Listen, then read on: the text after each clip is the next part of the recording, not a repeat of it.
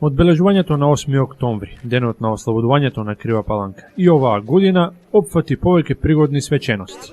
Како и да е, традиционално, денот е одлична прилика да се промовираат и официјално во употреба да се пуштат инфраструктурните новитети на територијата на општината.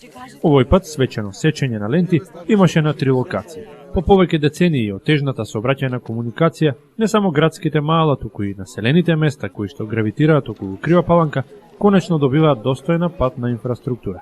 Селото Мождивњака, посебно Конопница, веќе долги години бележат тренд на експанзија, па само природно се појавува потребата да се интервенира на патиштата во овој дел од општината. Токму поради тоа, одговорните од локалната самоуправа веќе некое време се трудат овие места да ги добијат сите услови карактеристични за релативно урбана приградска средина. Во таа насока секако неопходно беше да се вложат напори за рехабилитација и реконструкција на дотрајната патна инфраструктура. И еве сме токму на 8 октомври 2014 година, на големиот празник, официјално беше пуштена во употреба 3,5 километарската делница која што ги поврзува селата Конопница и Мождивњак. Ајде нека среќа.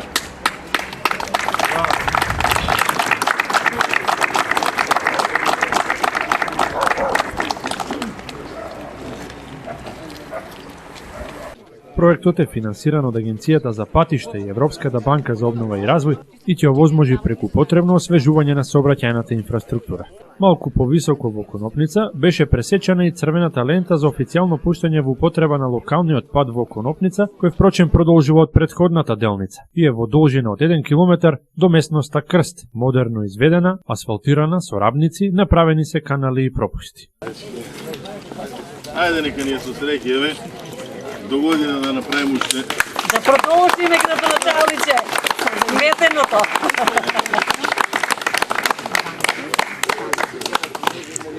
Купната вредност на овој проект изнесува околу 2 милиони и 300 илјади денари, а финансиски средства кои се доделуваат од страна на Министерството за локална самоуправа преку Бирото за регионален развој за реализација на проектот изнесуваат околу 900 илјади денари. Преостанатите се од општинскиот буџет. Заедничко е финансирањето и на другиот пат кој што го поврзува градот со селото Мартиница, а од кој најголема полза ќе имаат жителите на населбите Скрљава и Цонефрит.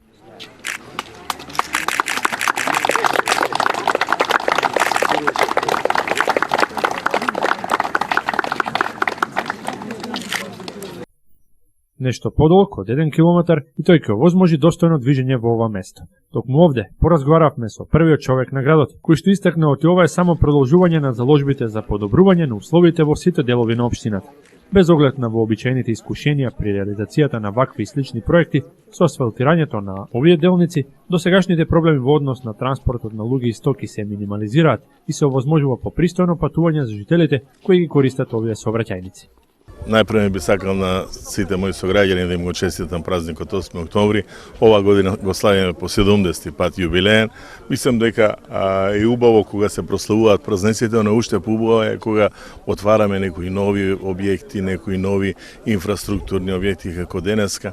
Ова можеше да го направиме и порано, но сепак застанавме, малку чекавме да си ја збогатиме свеченоста за празникот денеска. Денеска ги отворивме, значи ги свечено пуштивме во употреба овие 3 патни правци, значи М2 Конопница до Мождивњак, од Конопница до место викано Крст во село Конопница и во населба Скрљава патниот правец кој зафаќа преку Цонефрит и се поврзува на главниот пат.